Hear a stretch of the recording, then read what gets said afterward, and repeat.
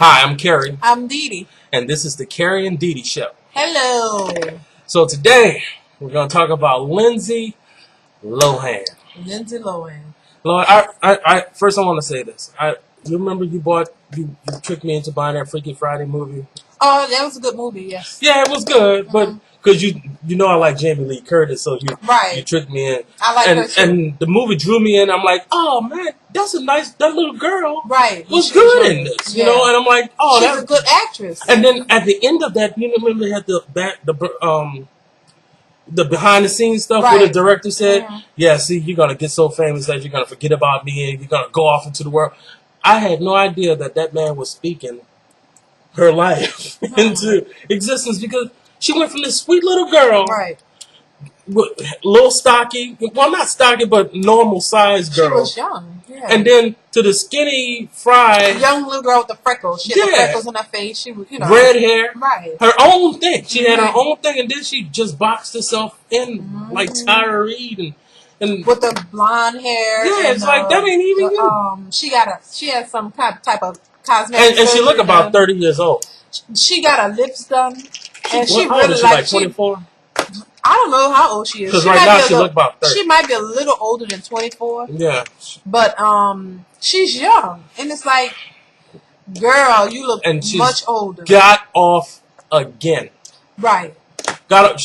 If my wife went in that store, child, please, and lifted and walked and just haphazardly walked out of a, I'm going to jail. You going to jail? There would have been no. And he'd have been trying to get me out. Yeah. Or vice versa, same for you. Yeah, I've been out tricking, trying to get her out of jail. If I would have walked in the place in a store, and stole, because that's what it was. You don't put on jewelry and walk out of the store and act, oh, I just forgot to give it back. That's called stealing. You stole it. Lots of people walk out stores with stuff. Yes. She went from being a famous actress to a thief. You know, you're a kid. She stole that necklace, and she gets, 480 hours of community service. She's sentenced to 120 hours at the morgue. And she was sentenced to 120 days in county jail.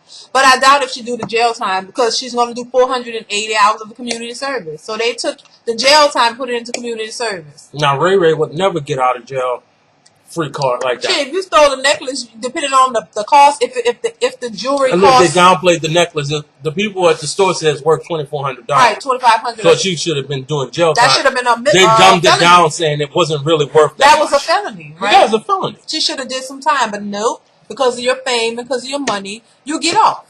That's not fair. That's not the law. I'm not hating on her. I'm just hating on the fact that you're getting off when every fucking body else have to go. Exactly. And this is not a white black thing, because there's a lot of white people who live in trailer park who can't get away with shit like that. Right. Just like, a lot of people probably just can't get away with that. This bitch is getting off. And she's constantly getting off. Right. You can't, and all the, DUIs they get, and they just get a slap on the wrist. And I don't understand if I drive drunk and wreck somebody's car, I'm going to get a ticket, and they're going to put my ass in jail. And I'm going to get more than just a slap on the wrist. I don't understand how she let them bitches that she was hanging with trick her into being a dope fiend. She was the only one in the group that had a job for real. But maybe they didn't trick her into that. Maybe that's what she wanted to do. She thought that was a better route, I mean, she had a job. She had a real job, like acting. Right. And Paris Hilton, she didn't have a real job. She was, a party girl. Or a sex tape. That's how she come on the scene. Yeah, a party girl. Tara Reid had a real job. Yeah, but she was wild and crazy. She was wild and crazy, but she had a real job. Yeah. The other ones didn't have real jobs. They was all just hangers on, and they watched Lindsay go from here to here, and all of them got their shit together. That's the only thing. She's still fucking up, messing up, whatever you want to call it. How the fuck everybody else get their shit together, and you still holding it down for the stupid bitches? You know what I'm saying? She getting $1 million. You get $1 million to do a movie. Yeah. You remember you tricked me into getting Mean Girls? Oh, I tricked you into getting all the movies. Yeah, because I watched that shit. I like the movie. Yeah, and you know I like it because you like it, baby. But she went, and this bitch is gone in. I mean, and she ain't coming back. She don't even resemble the little girl Right, she she was. She don't even look like her. I mean, she had. I mean, no offense to my wife, she had a full-figured young girl to look like a waif. She don't have no body at all. Her whole chest looked flat. Everything just. What happened to this young lady? And why ain't nobody grabbing this bitch and saying, "Hold on, let's get your shit together"? Where's Dr. Drew in this situation? She'll get it together sooner or later. But you know what? Dr. Phil. He did talk to her. Well, he ain't talk good. He talked to her, but he can't make her do, what she needs to do. That's up to her. All I know is ain't nobody getting off from stealing them. Shit there you ain't gonna just go steal no jewelry and walk out the door. And pick when you want to go to court. Go to jail and see, they don't realize, the standard they set for these young women who look. Bobby Brown's daughter, and Lawrence Fishburne's daughter, which is alleged about Bobby Brown's daughter. I don't believe that about Bobby Christina, but look at this shit. They're looking at these chicks and saying this got them famous. Right. Now my mom and daddy's famous, but guess what? I can do this and get really famous on my own because you got a long line of chicks who done got away with that. Kim Kardashian. It's like holding it down for the crazy bitches, and then Lindsay Lohan gets left there. She's not making big endorsement deals off of, E! Channel. Oh, Lindsay? Yeah. But she's gonna be in a new movie. I know that. And they tried to do that same shit to Britney, but Britney got out of that shit. Whatever movies, she wind up being in it's crazy. My point is, ain't no average person gonna go in the store and steal something, and they see you and they catch you stealing it, and they're gonna just let you go. First off, they're gonna let you walk out and then deal with it later, and you wind up getting off. No, they're gonna call the police and they're gonna handcuff you and take you to jail for theft. Yeah, they're gonna drag your ass in, and there ain't no show up to court tomorrow and you can go home sleep in your own bed. No, bitch, you staying here, county. And then you're right, they do. They get away with it. They do the same thing several times. And like sometimes if it's your first offense, they might let you off, and it's a warning. Mm-hmm. Maybe the second time you get another warning and maybe a fine. They get warning. They get warning after warning. Warning after warning after warning. They don't ever get to the point where this is your last warning. You going to jail. And it's always this is your last warning. That's why they snap you on the hand and give you 30 days in the cell by yourself. Days.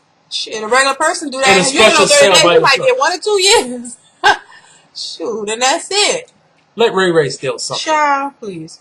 Let him steal something. That's enough, because Lindsay Lohan, girl, you making my nerves bad. Like, really, just thinking about that, because I know that's unfair. But it's all about money. It's all about fame. Fame and money. Mm-hmm. Fame and money, and I don't think that's fair. But anyway, Beyonce, once again. Beyonce and Rihanna are supposed to be doing a song together, right? Yeah, I don't know. And actually, I want to see that. I want to see that. You want to hear that? I want to see the video, and I want to hear that. I want to see what them two come up with. But you know what? The truth of the matter is, Rihanna has not been on a shitty song. No, she has not. So I have faith. This song is supposed to be on Beyonce's album. Oh, really? Yes, it's supposed to be on Beyonce's album. But my thing is, I hope it ain't one of them genre changing songs. I hope it's not a women's anthem. I just want it to be a good song. Now I want to see them too. I want to see what they're gonna do. I want to see who's gonna try it. I want to see. That's very interesting to me. I really want to see. I want to see what they're gonna pull off. Now I'm excited to see that. Because I don't want to be dissing nobody. I want to see. Why women need all these damn? Why do singers need to think that women need all these fucking anthems? I don't know. I don't need no anthem. For what? Why you need to be, empowered? It's like empowered to do what? First off, are you holding it down? Or you holding it down? The thing about it is, you ever hear men? It would be the most sexist, pig thing to do for a man to say. A man to do that. I'm holding it down for the men. Men who run the world. Men. Like, I don't think y'all would get the same response. Yeah. What if Usher had men who run the world? No, I don't think too many people would like that, because it'll be like offensive. They'll call it offensive toward women. Yeah. Like get the let alone women. Oh, we supposed to be in a kitchen. Y'all, it wouldn't work for a dude. But I will say this. My thing is, when they say that these are women empowerment, okay, it's a woman empowerment song. What part of the song is empowering? When I listen to it, I'm trying to figure out what I don't get empowered by listening to it. Well, you have the babies, right? Back to business. So I'm being empowered to, after I have my child, if I had a job, I gotta go back to work the next week. Is that what she said? I'm confused. But anyway, I don't want to get too deep in that because I'm getting tired of talking about it. But I don't really get the empowerment thing from it. I'm trying to figure out what part of it I'm supposed to be empowered by. Like, what is it really? How am I really supposed to be empowered by that? But I mean, even if you have a baby and you have a job and you take your leave after you have your baby, you know you got to go back to work. I guess she's saying all that women do. You know, you can have babies, you can work, you can do it all, I guess. Okay. All right. But the song Rihanna and Usher, oh gosh, Rihanna and Beyonce, I want to see them too. I want to see them two together. I want to see what they come up with. I'm waiting. I want to see that. I heard Rihanna and Usher got something going on. Yeah, they too. Or not even going on, but that they were spotted out. I guess at a club or something. Because you know they had with Ashanti and whatchamacallit, and then all of a sudden they was dating. Who? Living together. Ashanti and Nelly, yeah. So rumors are out that Rihanna and Usher are dating. Yeah, that's something when Chris saying they was out in the club or restaurant kissing and hugging and getting close, and then they left together. Allegedly they left together, so I guess they dating. I don't know. I don't know what's going on with that, but that's kind of interesting. I hope Usher don't try to go and do a song saying "I got your girl," because then Chris would have to make a song saying "This sloppy seconds." You know how them dudes be. They be trying to pull that shit. That was so fucking funny. But anyway, what the fuck is Usher doing anyway? I don't know. I think he's have a concert. He's getting ready to do another album. Huh. He's gearing up to do another album. Didn't he have an album out 6 months ago? They put albums out like hotcakes. When you put one out, you better be trying to put one out in a few more in a month to month, 6 months. Now, when Prince was trying to do album after album, nobody was feeling him. Now all of a sudden, album after album is cool. They got to put album after album out. That is the craziest shit. Mm-hmm. And then these albums be kind of whack. I ain't gonna lie. I don't see you should drag that one out until you can't, until you can't drag no more. Right. Because this is wild. This is completely wild. But speaking of Chris Brown, his concert tickets aren't selling in Australia. Yeah, I heard about that. People not showing up to the concert, and they're not buying his record. They're not buying his record, and they're not supporting. They're not coming to the concert. I wonder if it has anything to do with the American shit, or is it that they just don't like R&B? I don't know, but I don't know. They ain't trying to go see him. Now I don't know what the problem is, but he's gonna want them have to cancel a lot of those dates, and they want him to get a smaller venue because people ain't getting the tickets. So either you're going to have to get a smaller place, or you're going to sit in a bigger place with a few people, or you're going to have to cancel that. You know what? I don't know what's the problem. Maybe they just don't like his music. I want to put this question to anybody who wants to comment. What did Chris Brown do to get to where he is now? Because I know Usher has a whole lot of hits that he had, and a couple of #1 albums and everything. But after Run It, I don't remember there being like a real solid banger behind that. I know he can dance and stuff, but Omarion can dance. You know what he has. Is it because Usher ain't light skinned and Omarion ain't light skinned? Is it because he's light skinned and but then he did have that Michael Jackson appeal, though. I think Usher has it too. Yeah, but I think Chris Brown might have it a little bit more than those two. In my opinion. When you look at Usher dancing on the stage, I don't think he's doing Michael. But I don't need, for some reason. He got the whole garb on. You can't even tell him he's not a drag. For some reason, I don't feel that. I think it looks like he's doing his own thing to me. I don't get Michael Jackson when I see him.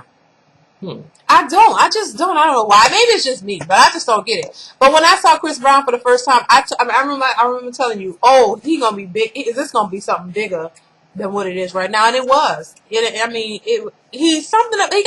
a likability. It was like he seemed like that kid that just want to do it innocent, you know, like oh, I just want to do it, and he liked Michael Jackson.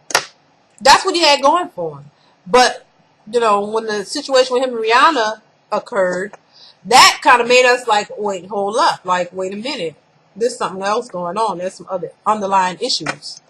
But yeah, he had a likability about him from the beginning. From the beginning, that's what people. I'm trying to throw no shade. I'm just. But that's what people. I think that's what. And then he had good songs. You know, "Run It" was good.